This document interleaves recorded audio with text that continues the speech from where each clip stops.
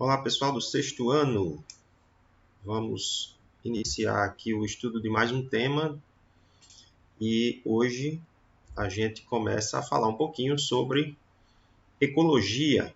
O que é que a ecologia estuda? Quando a gente fala de ecologia, muita gente se lembra logo de coisas relacionadas a florestas, a oceanos. Então, a ecologia, ela na verdade é uma ciência que tem como objetivo o estudo das interações entre os seres vivos e desses seres vivos com o meio em que eles vivem. Então, quando a gente fala em ecologia, na verdade a gente está falando de uma ciência muito abrangente, tá? Que tem como objetivo esse estudo. Os seres vivos estão no meio ambiente e eles estão interagindo entre si e estão também interagindo com os fatores não vivos do ambiente, que a gente vai falar um pouquinho mais daqui a pouco. Então, essa é a ciência que a gente vai começar a conhecer a partir de agora. Para estudar a ecologia, a gente pode estudá-la em diversos níveis. E aí a gente chama esses níveis de organização. É bom a gente relembrar que quando a gente fala o termo organismo, nós estamos falando do próprio ser vivo. Tá? Então, um organismo é aquele ser vivo, certo? Então, todo organismo ele pertence a uma espécie. Existem organismos que são macroscópicos, outros que são microscópicos, e aí a gente chama de micro-organismos, né? Mas sempre aquele determinado ser vivo ele é um organismo, seja ele formado por uma célula só ou formado de diversas células. Mas todo organismo ele pertence a uma espécie, tá? Por exemplo, o lobo-guará que está aqui na imagem, ele pertence a uma espécie e toda espécie recebe o que nós chamamos de nome científico, né? Que nesse caso aqui vai ser esse aqui o nome do lobo-guará. Então, todas as espécies elas recebem um nome para identificá-las, tá? Quando eu estudo uma determinada espécie, ou seja, os indivíduos de uma determinada espécie que habitam uma determinada região, então eu estou falando na população dessa espécie, tá? Então, sempre que vocês ouvirem falar em população dentro do estudo da ecologia, nós estamos falando de seres da mesma espécie. Então, aqui no caso, eu tenho uma população de zebras.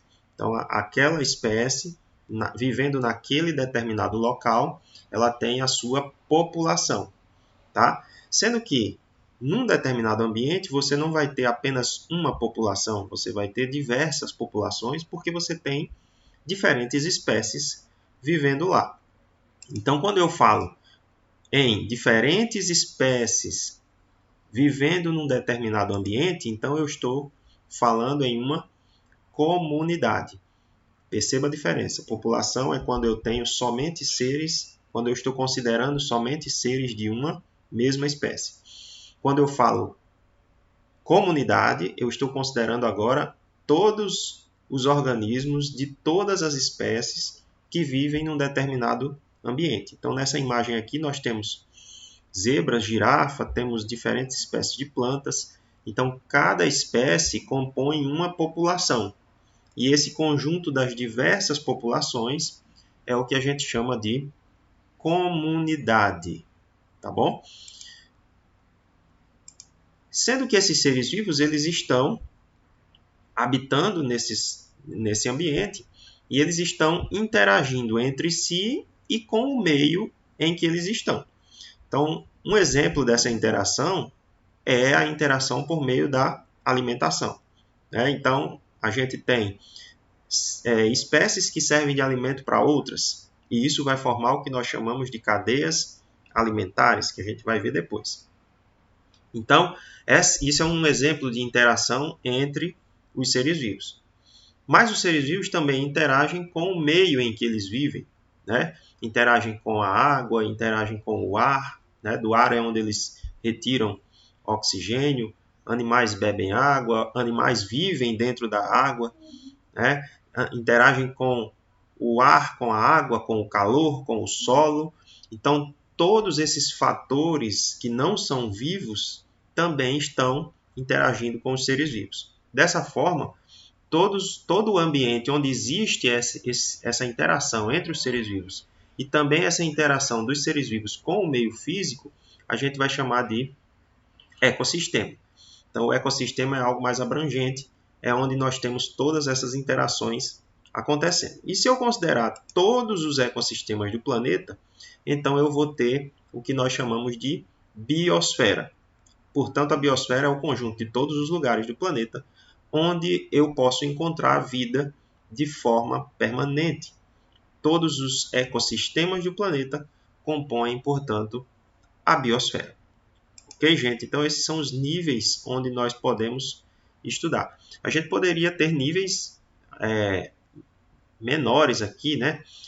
Onde o organismo é formado por sistemas, esses sistemas são formados por órgãos, os órgãos são formados por tecidos, os tecidos por células e assim por diante. Mas a ecologia se preocupa com esses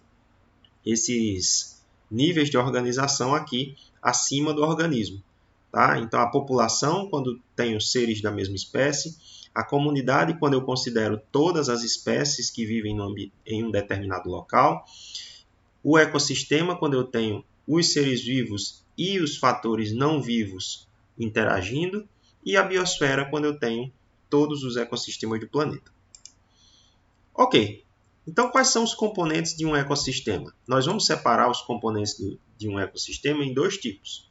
Eu vou chamar de componentes bióticos, alguns chamam também de meio biótico, tá? Esses componentes bióticos são exatamente os seres vivos. Vamos lembrar aqui que bio significa vida. Esse termo bio vem do grego, significa vida. Tá? Então, quando a gente fala componente biótico, nós estamos falando exatamente dos seres vivos que fazem parte do ambiente. Então, a gente tem, por exemplo, animais, plantas, fungos, algas, bactérias, protozoários. São todos os seres vivos que eu posso encontrar no ambiente, formam, então, o meio biótico ou são os componentes bióticos desse ecossistema. E os componentes abióticos são os componentes não vivos. Abio, ou seja, esse A é uma negação, bio, vida. Todos os componentes que não têm vida, então, formam o que nós chamamos de componentes abióticos ou simplesmente meio abiótico. São os fatores físicos, os fatores não vivos do ambiente, né? A água, a luz, a temperatura, as rochas, a areia, os ventos, tudo que não é vivo e que está no ambiente. E os seres vivos dependem uns dos outros, mas dependem também desses fatores. Tá? Então, num ambiente como esse que nós temos aqui, né, na foto, então a gente vai ter componentes bióticos, nós estamos vendo aqui animais, estamos vendo vegetais, não estamos vendo, mas aqui também existem micro-organismos, tá? E temos os componentes abióticos nesse ambiente. Vai ter aqui o solo, vai ter a luz, vai ter a umidade do ar, vai ter os gases da atmosfera. Tudo isso forma esses componentes abióticos. Então, essa interação é o que forma o ecossistema. Ok, gente? Então, aqui, por exemplo, nesse caso aqui de uma lagoa, né? Antes, eu mostrei agora um exemplo de um ambiente terrestre. Aqui, no caso de uma lagoa, a mesma coisa. Você vai ter seres vivos, como, por exemplo, plantas, fitoplâncton, que são algas, microalgas, né?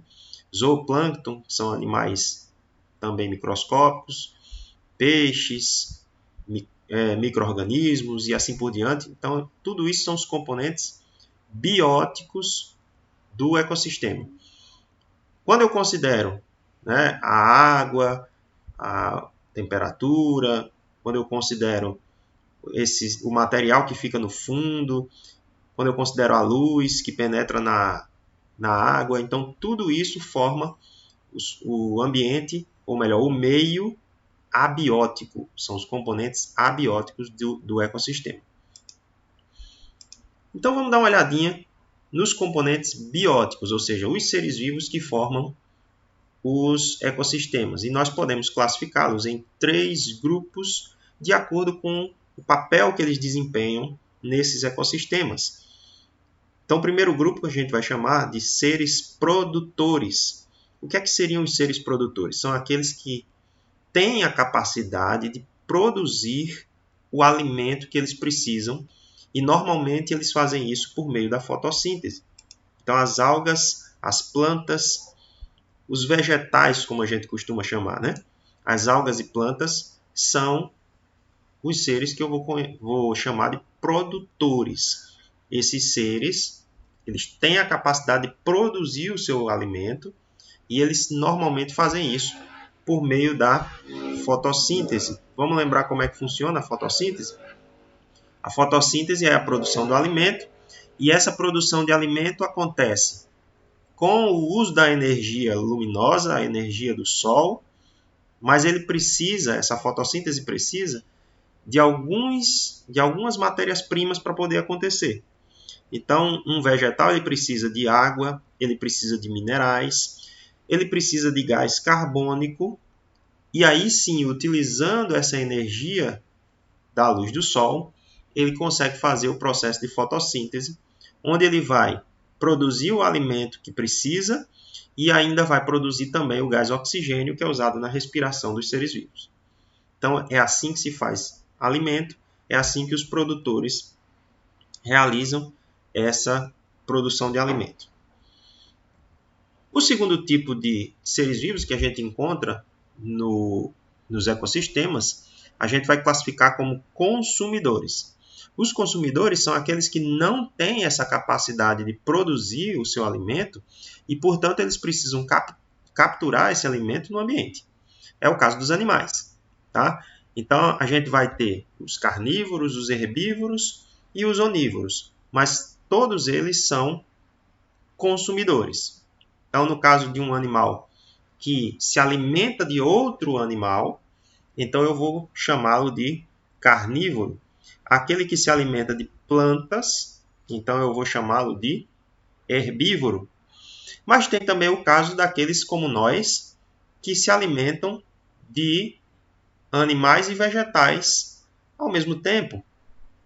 Nós, por exemplo, quando fazemos um prato como esse para nos alimentar, né, colocamos algum tipo de carne, seja carne de animal, carne de peixe, carne de frango, carne de boi, seja lá o que for, tá? E a gente também tem os vegetais, né, na nossa alimentação, feijão, arroz, tomate, alface. Então, nós temos uma alimentação que é, ao mesmo tempo, carnívora e herbívora. Por isso, nós somos considerados, então, uma espécie onívora. Os onívoros são aqueles que se alimentam tanto de animais quanto de vegetais. O que é importante que a gente entenda também eles são consumidores porque eles não produzem seu próprio alimento. Nós não conseguimos fazer fotossíntese, então nós precisamos capturar esse alimento no ambiente. E o terceiro tipo, a gente vai chamar de decompositores. Os decompositores são aqueles que transformam a matéria orgânica dos organismos mortos em minerais. Então, eles se alimentam dos organismos mortos, transformando essa matéria orgânica em minerais. Tá? Esse papel é fundamental para a manutenção da vida, porque esses minerais podem ser reutilizados, então, pelos produtores para fazer mais alimento. Se não fossem os decompositores, nós não teríamos essa reutilização da matéria para a produção de mais alimento, e aí o alimento acabaria. Então, nós temos como principais decompositores as bactérias e os fungos. Então, cadáveres e também os restos eliminados, né? Fezes, urina, galhos que caem, folhas que caem, todos esses materiais orgânicos que são decompostos pelas bactérias e fungos são transformados de novo em minerais para que possam ser reutilizados. Então, na hora que tem um corpo em decomposição, É isso que está acontecendo. As bactérias, os fungos, estão transformando toda essa matéria orgânica em minerais que vão ser devolvidos para o ambiente. A mesma coisa aqui, ó, numa fruta que apodrece, a mesma coisa aqui, ó, um pedaço de madeira que está servindo de alimento para esses fungos. Então a gente tem os decompositores como um papel fundamental na manutenção da vida do planeta. Pessoal, o animal morre, então a matéria orgânica desse animal é transformada em minerais, matéria mineral, é devolvida para o ambiente por ação de quem? Por ação dos decompositores. E então esse material mineral, esses minerais podem ser reutilizados no processo de fotossíntese para a produção de mais matéria orgânica e mais alimento que vai servir para toda a cadeia alimentar. Tá bom? Então, vê só. A gente tem os 3 tipos de seres vivos que a gente encontra nos ecossistemas. Os produtores, que são aqueles que produzem o próprio alimento, tá? E esse alimento ele serve para toda uma cadeia alimentar. Os consumidores que não produzem o seu próprio alimento e, portanto, precisam obter esse alimento a partir de outros seres vivos. E os decompositores, que pegam todos esses, à medida que eles vão morrendo, e decompõem a sua matéria orgânica, transformando em minerais para que possam ser reutilizados pelos produtores. Então, são esses os tipos de componentes bióticos que nós vamos encontrar. Para a gente fechar, a gente precisa entender também, então, 2 conceitos interessantes que aparecem no estudo da ecologia. É o hábitat e o nicho ecológico. Toda espécie tem o seu hábitat, tá certo? E tem o seu nicho ecológico.